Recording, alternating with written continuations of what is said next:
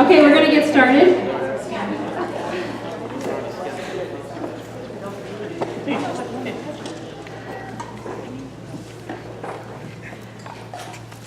Going on my camera, we're all good? All right. So Dr. Ray is back with us for the last session of the day. Isn't that a great way to end our conferences to last 2 days? Wonderful. So I don't know about you, he said I didn't have to read the huge bio of him again. So I just want to get off the thing and introduce him because I want to hear another 45 minutes or more stuff. Your talk this morning was fantastic, wasn't it? Yes. This really made me laugh so hard. You laugh so hard, I peed myself. I'm sorry, I didn't say it, but yes, that's what would have happened. All right, so without further ado, Dr. Ray. Thank you.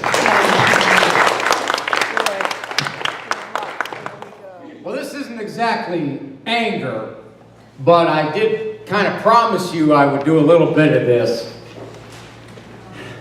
There are certain ideas that are so stupid. And by the way, homeschoolers do this all the time. They'll call the TV show or the radio show, and we don't say stupid. I watched the sitcom Everybody Loves Raymond. Okay? There was one scene, and this is my Italian Catholic family, there was one scene where they were yelling and screaming at each other, saying all kinds of vile things, and then Marie, the mother, says to Raymond, "Don't be stupid." He goes, "We don't say stupid." Some things are so dumb. Only, by the way, I did get a chastising email because I said that once on the radio. I said, "Well, that's stupid." And I got this letter. "We don't teach our children to say stupid." I go, "What do you do when something is stupid? You have children. You should know." That's why these guys will say, "No such thing as a dumb question." You don't have any kids, do you? All kinds of dumb questions. Those of you who have a number of children, you realize that this idea that there are no differences between little boys and little girls is ridiculous. We're wired different. God says it. Human history says it. The research says it. Example. Little girls, women, are more verbal than little boys, men. Right, Doc? They talk earlier, they talk better, they talk longer. That's why if a mom drifts into a discipline trap, usually something along these lines. Talk, talk, nag, nag, repeat, repeat, negotiate. Talk, talk, nag, nag, repeat, repeat, negotiate. If a dad drifts into a discipline trap, it's usually something along these lines. Tolerate, tolerate, oblivious, oblivious, ignore, ignore, kill! Tolerate, tolerate, oblivious, tolerate, tolerate. You ladies are amazing. You're truly amazing. We guys do not understand how you do this. How is it that you notice everything about everybody at all times, forever, to be used upon him, who gets to a point in his life, if he even notices you're out there, he gets extra credit. Poor guy. Hey guys, it's the last time one of our buddies did this to us. I go, Rob, Max. You guys notice anything different about me? You have a tie. Yes, it's true. One time my wife had I have 5 boys and 5 estrogen Americans. She had the girls with her in the big van. I had the boys with me. She pulls up next to me at the light and does this.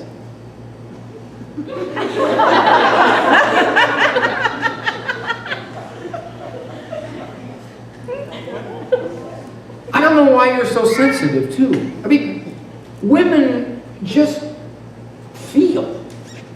My little girls would come downstairs before Mass.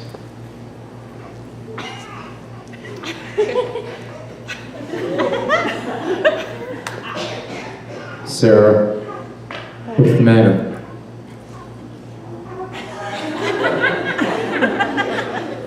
Sarah, it's 25 feet from your bed to here. What could possibly have upset you in that distance? Okay, fine. This is touching me right here. I don't like the way this touches me right here. My socks are twisted. They got strings on them, and they won't stay in the string. My voice will come down. James, is that pee on your shirt?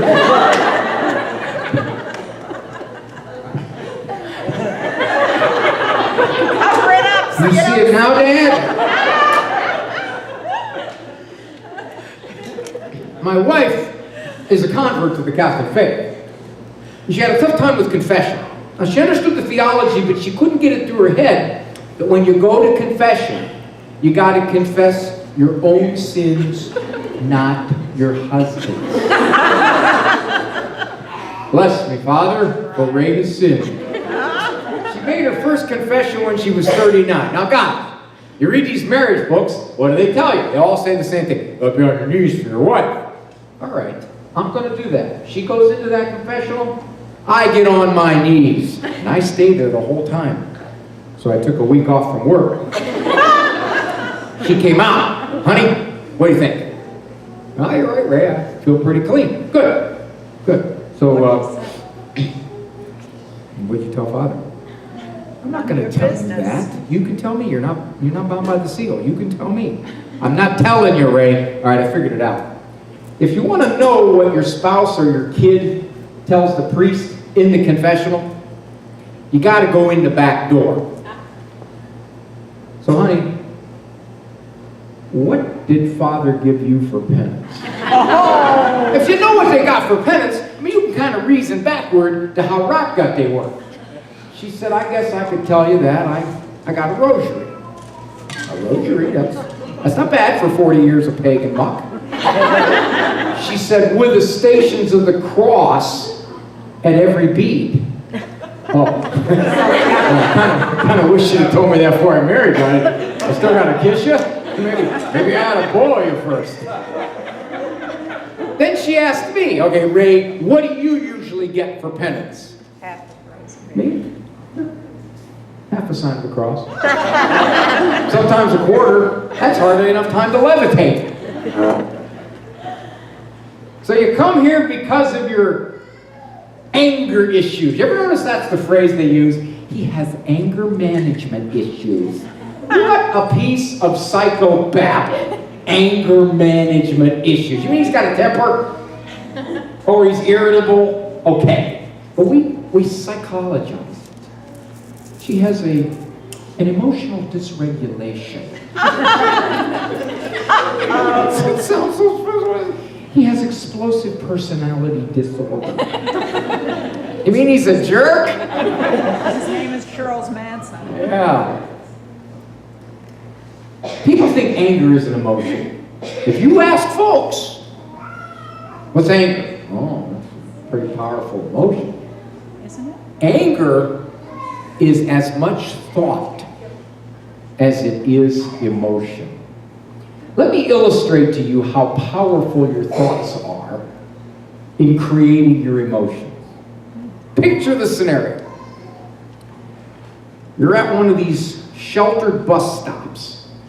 It's cold, it's raining, it's a sleeting rain, it's blowing in on you. Very uncomfortable. You're jammed in like sardines with everyone, like this. You're getting impatient. You start feeling in the back of your leg, your calf, somebody's jabbing you. Feels very much like the point of an umbrella. It's like, ow, ow. You're letting it go. You're trying to control yourself. You don't want to get too angry here. You're trying to control yourself. You're thinking to yourself, what's going on here? Now, if I were to stop the tape right there and say, why are you getting so mad? Well, because some jamoke think it's an idea of fun to jab me in the calf. Okay, that's why you're getting mad, right? All right. It continues. You've had enough. You turn around, you're going to let whoever it is have it. It's your wife. It is an elderly blind woman with a cane, trying to keep herself oriented in this mass of bodies. What happens to your anger? Do you have to go, oh, you're lucky you're blind and elderly, I punched you dead in the head. No. Your anger immediately goes away. It is gone. You told me you were mad because you were getting poked. That's not why you were mad. You were mad because of your interpretation of the poke. As soon as you reinterpreted it, and you believed your reinterpretation, your anger immediately dissolved. I submit to you that much of your anger is your interpretation of events. Example. My kids frustrate me. My kids just frustrate me. What are you telling yourself about this? You see, if you're saying to yourself, my kid's bad behavior makes me look bad, makes me feel like a failure, you're going to get much more upset than you otherwise would if you just looked at your kid and said, he's being a kid, he's acting like a jerk. I mean, you may not like that he's doing this, but you're not going to get quite that angry. Or, your kid has just stolen a Matchbox car from Target. By the way, the other night I tried to walk into Target, but I missed. Just stolen a Matchbox car. You are fit to be tough. You are so mad you can't see straight. Why are you so mad? He took a Matchbox car. He's 7 years old. Okay, he's got no conscience. Why are you so angry? Why? Because you're worried. Is he going to be stealing real cars 20 years from now? See, if you don't stop this, what could it mean? You see what you're doing? You're interpreting the child's behavior in such a way that you're making a lot more out of it than it really is. This is bad behavior. This is a kid, but you're adding interpretations to it. Had a lady come into my office. She was 35 years old. Near suicide. Absolutely devastated. Just found out that her husband of 15 years, 18 years, they had 2 kids, left her for the 21-year-old babysitter. Now, this woman, we shall call her Barb, essentially said, I don't know how I can go on. I'm done.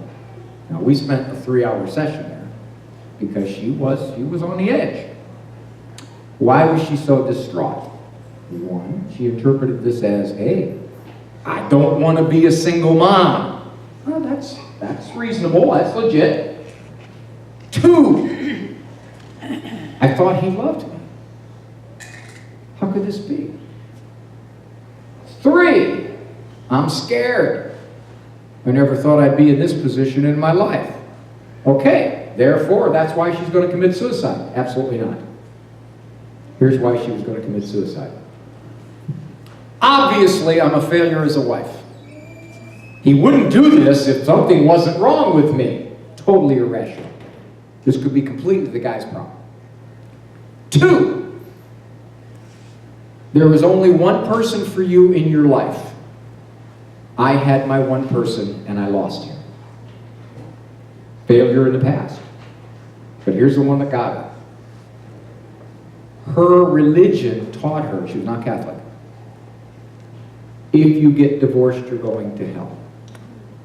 Now, failure in the past, no future on earth, when you die, you're going to hell.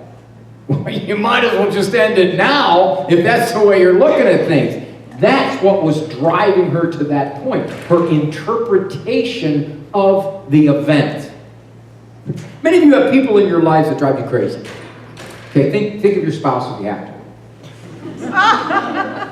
One of the things that bothers you about these folks is that they're either opinionated, they say goofy things, and they don't stop. They've been doing this for 22 years. 40. And this is something that you just, when you think you're getting it under control, she says something else. Now, the way you're interpreting this person is this. She has no right to do this to me. I'm not like that. Who does she think she is? Talk about not looking at yourself in the mirror. The very thing she's accusing me of, she does 3 times. What we do is we take what they're doing to us and we allow it over time to get us more and more upset. Because she is not changing her personality. What is with this woman? Now, by the way, it is more often women who make comments on your parenthood. You know this. That's why they don't tell too many father-in-law jokes. Oh my. Your interpretation of what she's doing is driving you nuts. Rather than saying, gee, I've known her for 17 years. She's always been this way. She's opinionated. She's judgmental. She's snotty. She makes her little snarky remarks off to the side, or her looks. By the way, you know teenage girls doing this kind of scrap? Now, I don't want to digress too far. However, this is not respectful. Girls, this is not respectful. See, the shrinks tell you nutty things like, pick your battles. Don't get too frustrated. Pick your battles. Wait a minute. What they basically mean is, okay, don't let them cuss at you. But if they roll their eyes and say, yeah, right, Mom, whatever, just ignore it. Well, wait a minute. Now, that's demeaning. That's disrespectful. It truly is. Now, a lot of times, you know what you women say? You do this. Well, I know that I go round and round with her, and she's pretty snotty with me. Everybody else loves her. They think she's a great kid. All right, do a little test. If you're taking satisfaction in the idea that your kid treats other people good, and that makes them a nice kid, picture the scenario. Some woman comes up to you that you don't know and says, can I speak to you a second, please?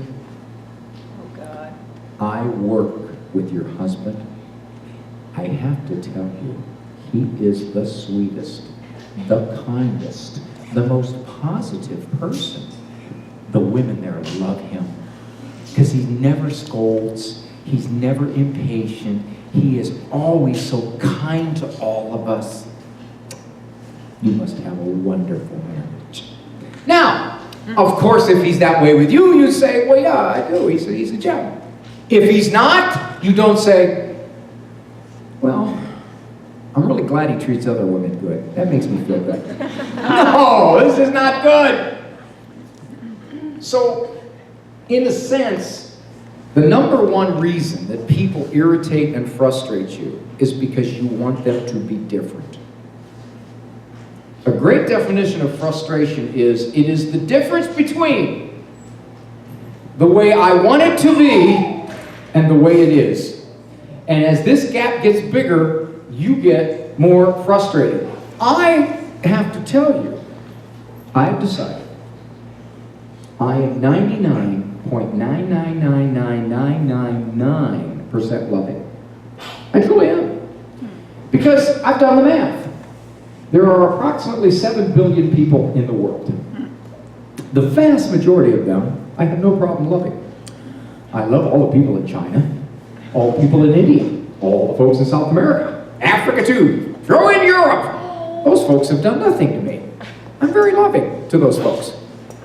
It's that handful of people, there's only about 5 or 6 of them, that live near me, or live under my roof, or I have to see on Christmas Eve. Now, really, by the numbers, that's 99.99999% loving. I'm a quite loving guy. All right? It's just my cousin. Just my sister-in-law. It's just my half-brother. It's just my grandma. Why is this? because I want them to be different. If you listen to the radio show at all, and some of you don't, because I can tell that you just don't look it. You look like you're failing IQ-wise. I don't know how to do it on radio. You're slipping. But if you listen to the radio show, listen to what percentage of calls are, tell me how to make somebody be different. Good luck. Tell me how to make my husband not be so moody. Tell me how to make my children be more appreciative of me. Good luck. Tell me how to make my mother quit criticizing my homeschooling. And so what happens is you are automatically going to get upset. You can't change them. You cannot change them. Well, can't you just reason with them? How many years have you been trying? Are you a slow learner? When are you going to give it up here, Kira? A large part of our agitation, frustration, irritation is because you are not acting the way I want you to act. You know what personalization is? Personalization is probably the number one reason why people get upset. Personalization is what they're doing is directed at me. She's criticizing my homeschooling because she's putting me down. He's moody because he doesn't love me like I deserve. We personalize it. We take it in terms of what they're doing. The motive is to somehow reflect upon me, to somehow put me down, to somehow hurt me, to somehow make me feel bad, to somehow agitate me. Most of the time, it's not that. You're misinterpreting it. What they're doing for a whole bunch of other reasons that may have absolutely nothing to do with you. They're jerks. Or they're narrow-minded, they're unpleasant, or they're moody, or they're frustrated. But it has nothing to do with you. Parents will say that. She's acting up just to make me look bad. And I'll say, you know, Mom, I don't think she even cares what you look like. I think she just wants to do what she wants to do, and you just happen to be in the way. Now, if she upsets you in the process, that's a bonus. Because her main motive is not to get to you, her main motive is to do what she wants. But we interpret it this way. I will ask clients in my office, when's the last time either one of you said, I'm sorry? Typically I get answers like this. 2 years. Well, when my son was in preschool. How old's your son? Oh, he's a lawyer. Our wedding rehearsal dinner. I remember I spilled some soup on her lap and I said, sorry about that. They typically don't say, I'm sorry. I'm sorry is two of the softest, smallest words in the English language, and they are two of the words that people use least. And they are wonderful words for when you act wrong. When you get angry, when you get moody, when you get upset, say, I'm sorry. Now, why don't we? There's a lot of reasons. For example, you're sorry? Sorry doesn't make everything right, okay? If you're sorry, why don't you change? Sorry is not just words. Sorry is a change in conduct. All right? How would you like to go to confession? Bless me, Father, for I have sinned. And then you tell him, and he says, you know, you're truly sorry, you changed. You come in here and you say the same stuff all the time. I'm not really going to absolve you, because I really don't think you're sorry. All right? If you were truly sorry, you wouldn't be telling me the same stuff for 10 years. Oh, no. We want mercy for me, justice for you. Okay? So we don't want to get thrown back in our face. I'm sorry. Or, here's another big worry when people don't want to say I'm sorry. We just had a fight. I said things I shouldn't have said, but in my mind, you started it. Right? So if you started it, I am justified in whatever I say and do in response because I didn't start it, you did. If I say I'm sorry to her, where in my mind, I'm only 12% wrong. She's 88. I'm 12. Okay? I said 2 cuss words, but she was just a total she-witch. Okay, the whole time. But I said 2 cuss words because I just couldn't take it anymore. If I say, I'm sorry, I shouldn't have said that.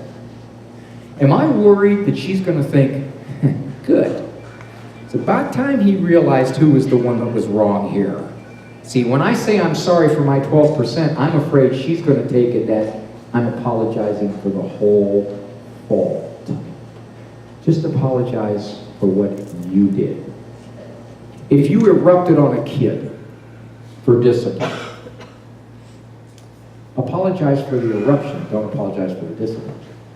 And if the kid interprets that as, well, mom realizes she's wrong, no such thing. He may interpret it that way, but you're not apologizing for being wrong, you're apologizing for your style. Okay? Here's a big one in marriages. You gotta watch this. Okay.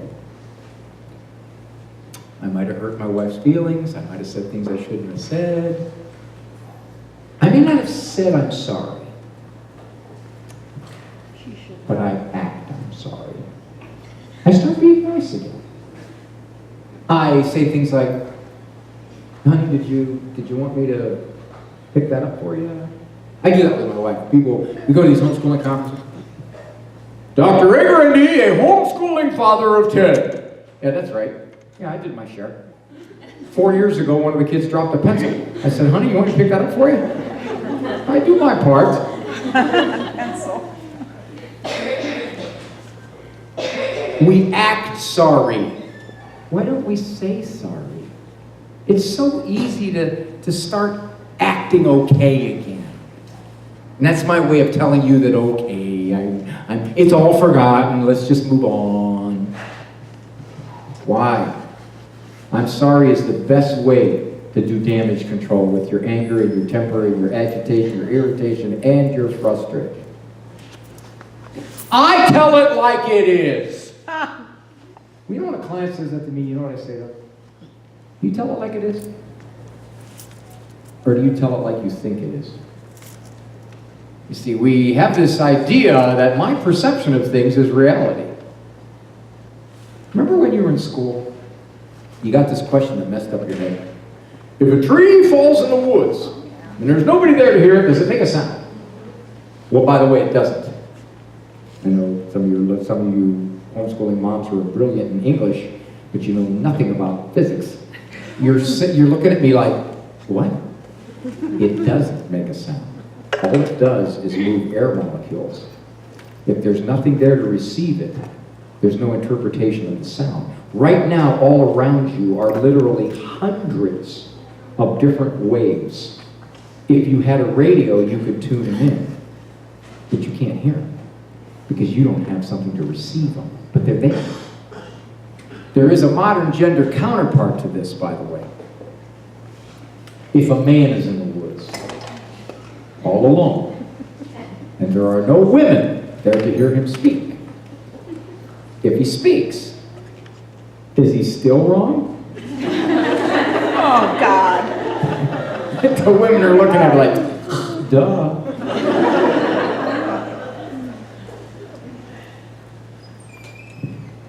I may not say it, but I act it. Say it. If you're like me, your most regrettable moments, the things you've said, the things you've done, occurred at a peak surge of emotion. Yeah, I used to play a lot of sports. I don't too much anymore, now I'm the old guy on the mound. I got one of those life alert things, you know? So when I slide into second base, I start to push him. So my friends come up, pick me up. I used to play a lot of sports, and one of the biggest problems you have in sports when you're a guy is your testosterone, okay? And I've often wrestled with, am I getting holier as I get older, or is my testosterone dying? It's a lot easier for me not to get as mad as I used to get, you know? And I think maybe that's just because I'm lazy. I'm not so sure it's God's grace. I think it's just the testosterone levels down here somewhere, you know. And in sports, especially something like basketball. Basketball is the kind of game where bodies are crashing against each other. You know, even not supposed to be a contact sport, but it is. And in basketball, I mean, there's times when I was younger, man, I threw a ball at a guy's head, you know. Or, for example, you're in a situation in the sports. Well, all right, I'll confess. And this wasn't that long ago. This was last season. Playing softball. Bottom of the seventh. Church league. I'm coaching third. Third baseman's a turkey, man. This guy's more of a head case than you'd want to see. He's always been a problem. He said something nutty. I said, learn the rules. You don't know the rules. I'll take you out! Just like that. Just like that. Now, of course, me being a professional psychologist, someone who can diffuse situations, I said, I wouldn't do that. Oh, that was it, man. That was waving a red flag in front of a ball. Next guy up hits a foul ball off to the side. I'm coaching third. He's right there. I do this to watch the ball.